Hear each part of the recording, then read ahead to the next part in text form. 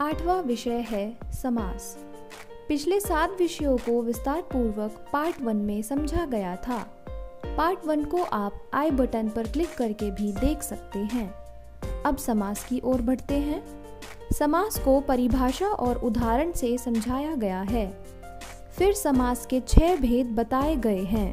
पहला अव्ययी भाव समास, दूसरा तत्पुरुष समास, तीसरा द्विगु समास, चौथा द्वंद्व समास, पांचवा कर्मधारय समास और छठा बहुव्रीहि समास होता है। 9वां विषय है उपसर्ग। पहले उपसर्ग का अर्थ उदाहरण सहित समझाया गया है। फिर उपसर्ग की विशेषता और उपसर्ग का विभाजन बताया गया है। पहला संस्कृत के उपसर्ग, दूसरा हिंदी के उपसर्ग, तीसरा उर्दू के उपसर्ग, चौथा अंग्रेजी के उपसर्ग, पांचवा अपसर्गवत अव्यय होता है। 10वां विषय है प्रत्यय। पहले प्रत्यय की परिभाषा और उदाहरण, फिर प्रत्यय के 2 भेद बताए गए हैं। पहला कृत प्रत्यय और दूसरा तदित प्रत्यय होता है।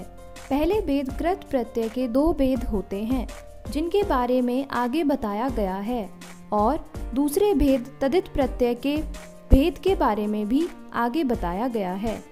अगर आपको हिंदी व्याकरण पार्ट 1 की तरह PDF चाहिए तो आप कमेंट बॉक्स में कमेंट करके बता सकते हैं। अब 11वें विषय की ओर बढ़ते हैं, जिसका नाम है संज्ञा।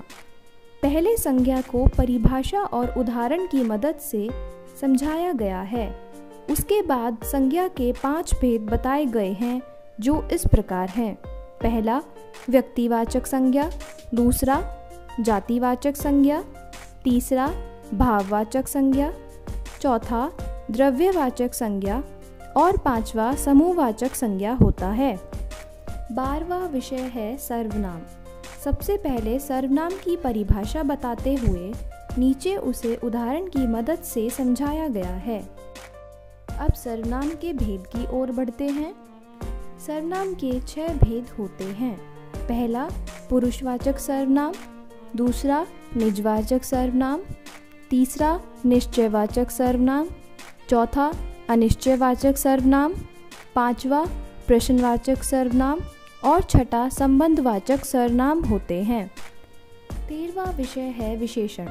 विशेषण को परिभाषा और उदाहरण की मदद से समझाते हुए कुछ महत्वपूर्ण बिंदु बताए गए हैं।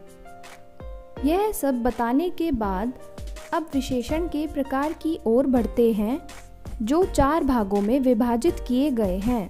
पहला गुणवाचक विशेषण, दूसरा संख्यावाचक विशेषण, तीसरा परिमाणवाचक विशेषण और आखिरी सार्वनामिक विशेषण होता है।